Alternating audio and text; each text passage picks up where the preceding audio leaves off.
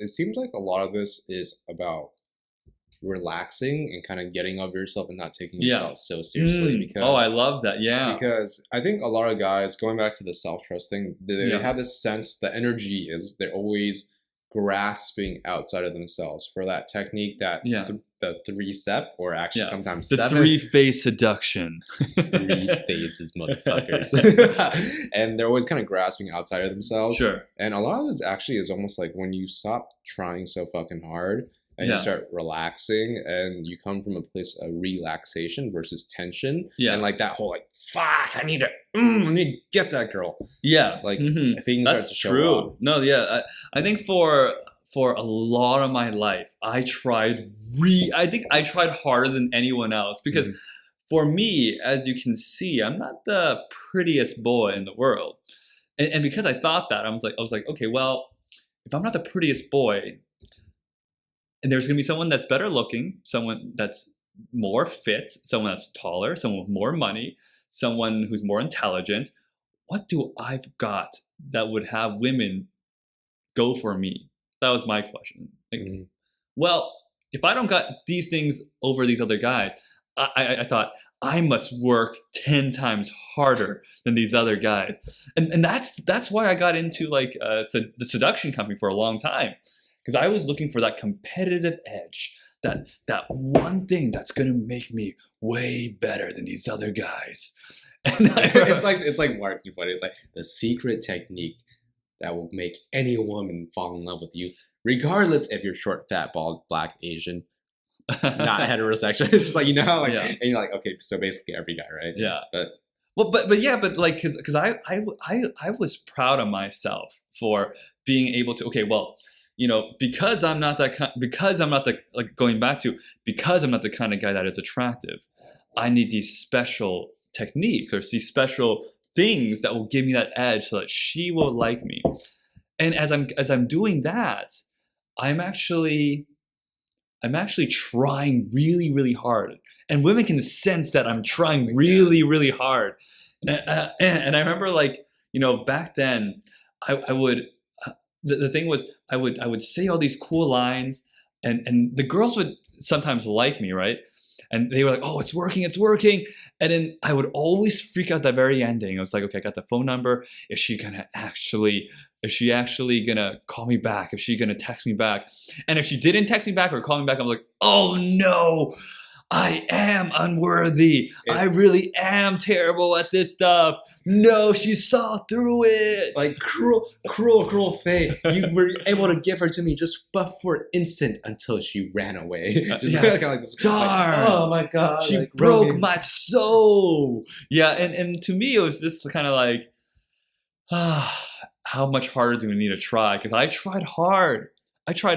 Like I had the best sequences of like starting these lines and starting this conversation over here and then over here. But the thing about that is that women can kind of tell, okay, I'll say this. Women will choose a guy by how they feel.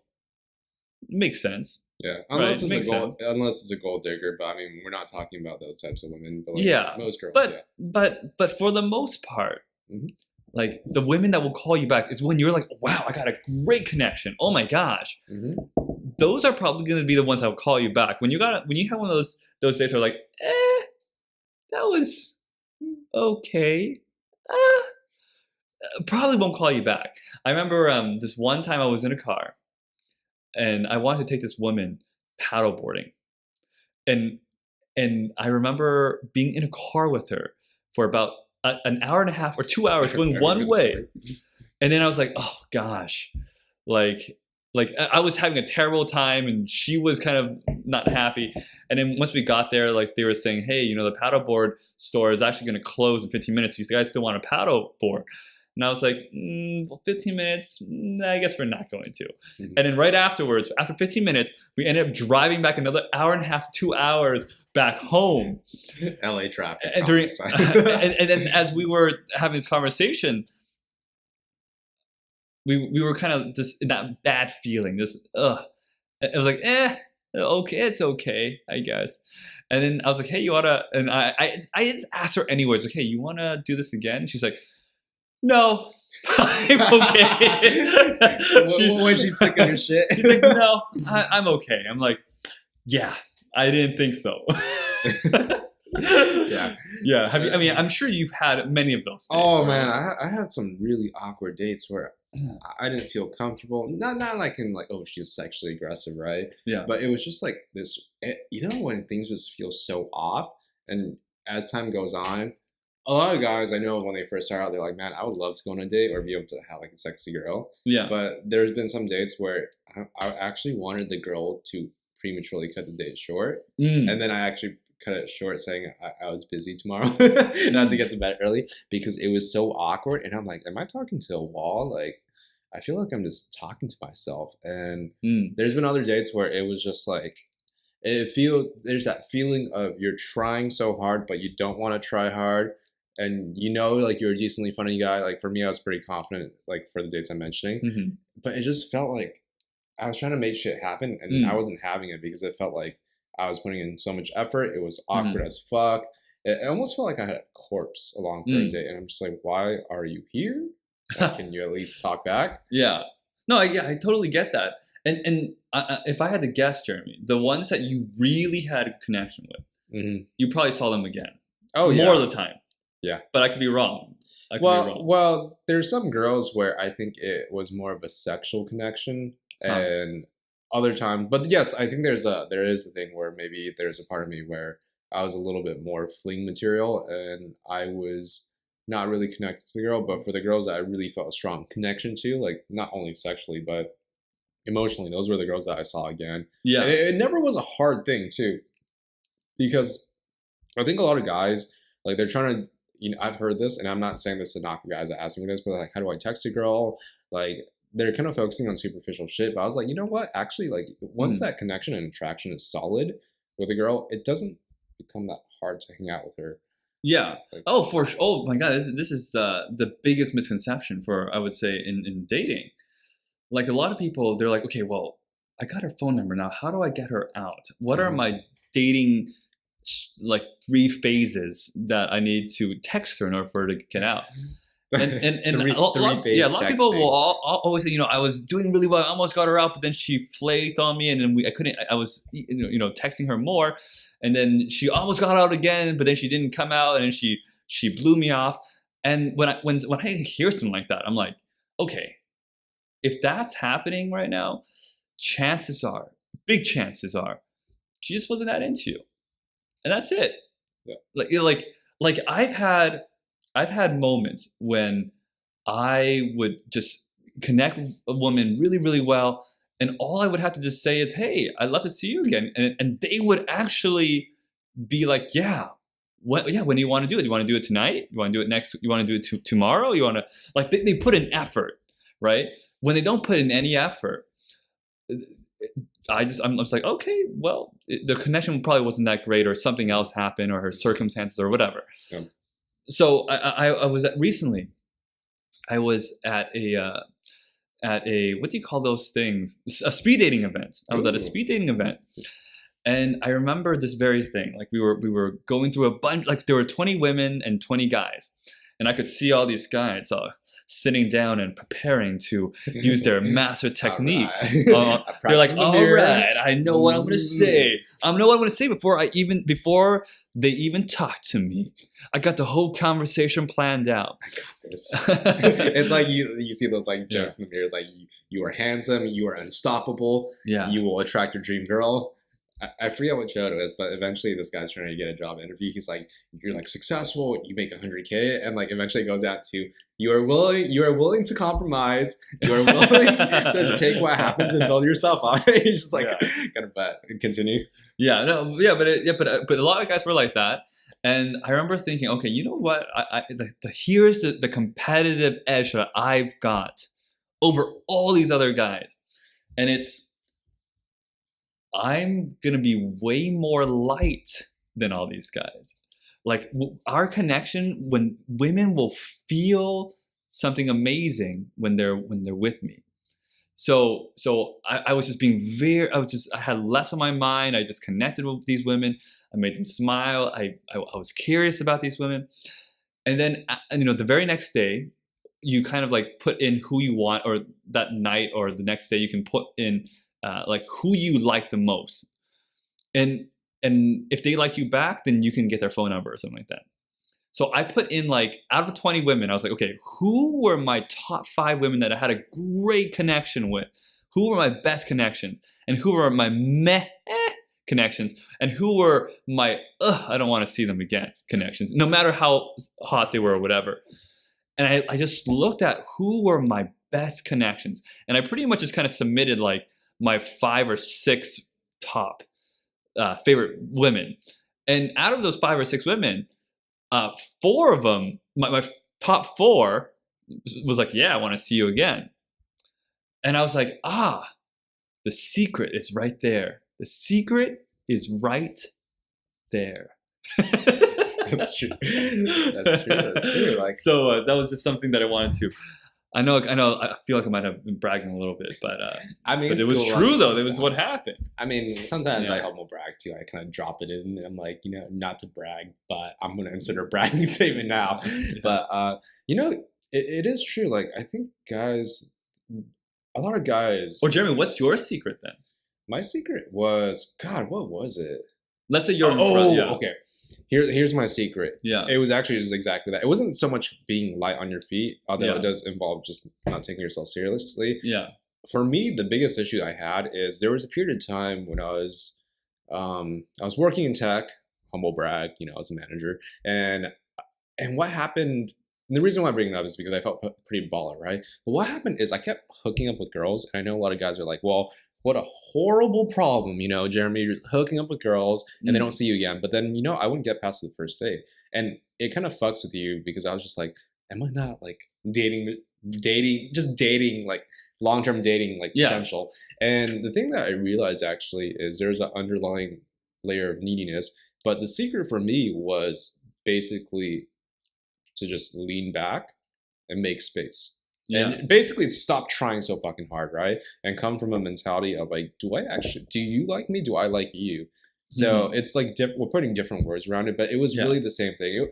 It did involve like some elements of humor, but that came about naturally when I liked talking to the girl. And I noticed that sometimes not everyone's going to be your cup of tea likewise, right? Some girls, we can start talking and it feels really natural and we start like making fun of people in a nice way or just kind of just shooting the shit. Some girls, it's just like, man, I feel dumb around you, or I feel like I'm not funny, and that's not a good sign. So not trying so hard and just dialing it back and almost like trusting that whatever truth is between you and the girl will come out. Yeah. That's kind of what helped me because I was I had this epiphany where I thought, Jeremy, you could kind of read more pickup stuff and they can tell you different ways, like the 12-step process to get more girls to have sex with you and like fall in love with you. Yeah. Or the whole energy I noticed was the whole, let's try more, let's do more, let's perform more. And I was just like, let's do none of that and see what happens because I wanted to experiment. And coincidentally, girls like, oh my God, I feel so connected to you. I was like, really? I was sitting here, and that goes to show like, the lean back method or whatever I want to coin it is kind of what helped me a lot. Yeah. Like Fat Joe got it right. Just lean back. Lean back. But you're totally right on that because the more control you have over an interaction, the more you're kind of working at it, and the more you're actually forcing the connection. There has to be an element where you do lean back, and that you're like, all right, okay, I did as much as I can, and now I let go. There has to be an element of I let go now, and that's what's most scary for most guys. Yeah. So most guys cannot they're not willing to lose her at the moment. And that's the scariest part. But for me these days, that's kind of like also my strongest suit now. Like I'm prepared at any moment to lose the women that I love the most. Even right now, at the current moment, I have a girlfriend. But at the moment, even at this very moment, if she says that she doesn't want to be with me anymore, then that's done. And I'm okay with that. I have to be okay with that because I'm not the one controlling the relationship. It takes two to dance, and when you can start to see that she is involved in the dance too with you, she is also involved in the process. It takes two to tango. Then you there's an element of you letting go because she has to play too. She has to join in on the fun. Yeah, and I think a lot of guys, the whole control element is such a big deal because they also try, and it's not bad to know that you can really change your life if you put conscious intention and effort to it. But sometimes they're trying to control her side of it. Oh yeah, oh and I'm like, 100%, 100%. Yeah, I'm that's it right there, Jeremy. That's it. And I'm like, you are gonna be Yeah. so miserable because Yeah. you're gonna post in your Facebook groups. I see your post because I'm basically all of it for market research, and it's just like, oh my god, like this girl, and I'm looking at it, I'm like, this girl is just not into you for one reason or another, and they're so miserable because it becomes this thing where they go into the cycle of trying to control it. They maybe they add something, right? Maybe it helps a little bit, but then it usually doesn't, and they enter this cycle of frustration. And I'm just like, man, the biggest thing for you is not the content of what you think you need to do. It's the context of you trying to control her. Oh, yeah. Or like kind of strategically manipulate her, Yeah. even if you don't know it. And I'm just like, do you want a girl like that too? Or would you want a girl? Because for me, like, I don't want to call it natural game. I hate using those terminologies, but for me, it was just like, I really started improving when I stopped doing so much and when I really let a lot of things go, and actually came from a mentality of like, let's see what shows up and let's see who responds to me, and just going with that. And that actually helped a lot. Yeah, no, I think you hit it right on the nail. And imagine this metaphor. You're about to build a house, right? And I put a brick, then you put a brick. Then I put a brick and you put a brick. And we're building bricks. We're building a house brick by brick, one after the other. And that's kind of how I see, kind of all this connection with women or attraction or all this. There has to be an element where both people play and we're both putting bricks to build this house. Yeah. And I think a lot of guys, they gotta like raise their standards. Not like in a weird like fuck women, like these girls are slacking. Because I think a lot of guys can swing into the whole like anger and resentment towards women. And I'm just like, oh my god, why is she building the house with me? Fucking women privilege and female entitlement just because you're hot. And I'm just like, okay, you're kind of fucked because that's gonna scare women with your energy.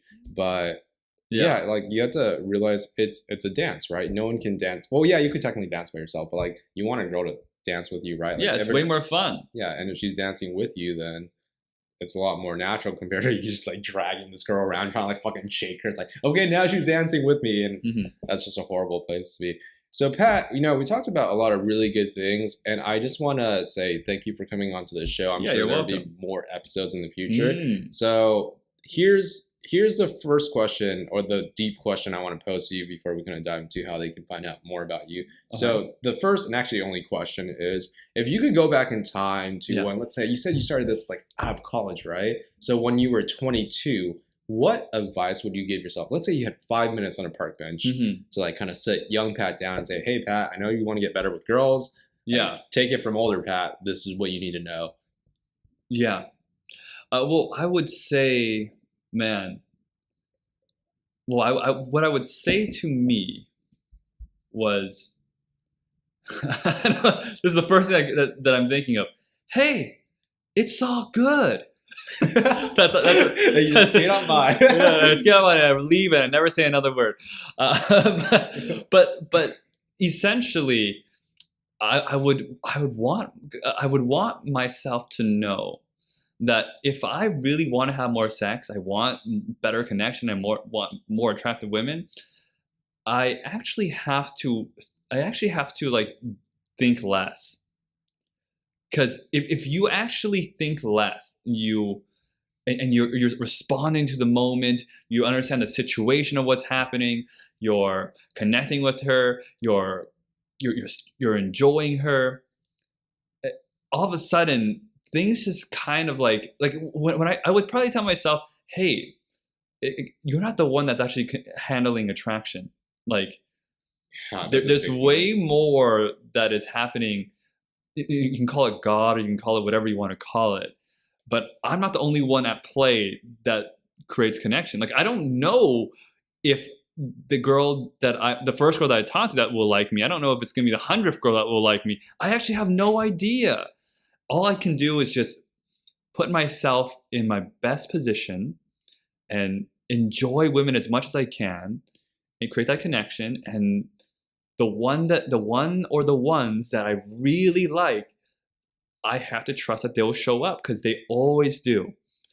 And I would tell myself, hey, dance with her and, share the dance a little bit more because you're the only one dancing. You're taking the whole floor right now, Pat. Yeah. Really cool. I really like the part about, and I think this is the point that stood out to me to kind of reiterate to the guys listening to this podcast. You're not the one solely responsible for attraction because, again, the control thing, they're like, oh my God, I must make it happen. So that actually is really freeing, I'm sure, a lot of guys when they hear like, oh my God, that feels so much better. Yeah.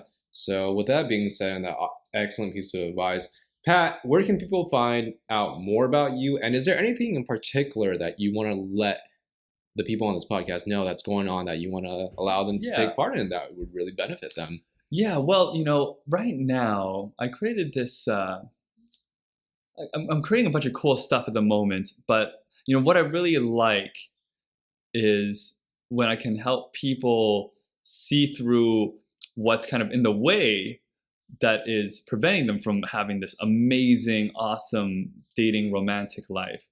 And if you want to learn more, you just send me an email at patrick@wooist.com, patrick@wooist.com. And yeah, I'd love to answer any questions that you guys have. Awesome. Well, Pat, thanks for your wisdom. Thanks for stopping by. Again, I know we're going to have a lot more episodes for you Asian guys out there. And, we'll talk to you all soon. See ya!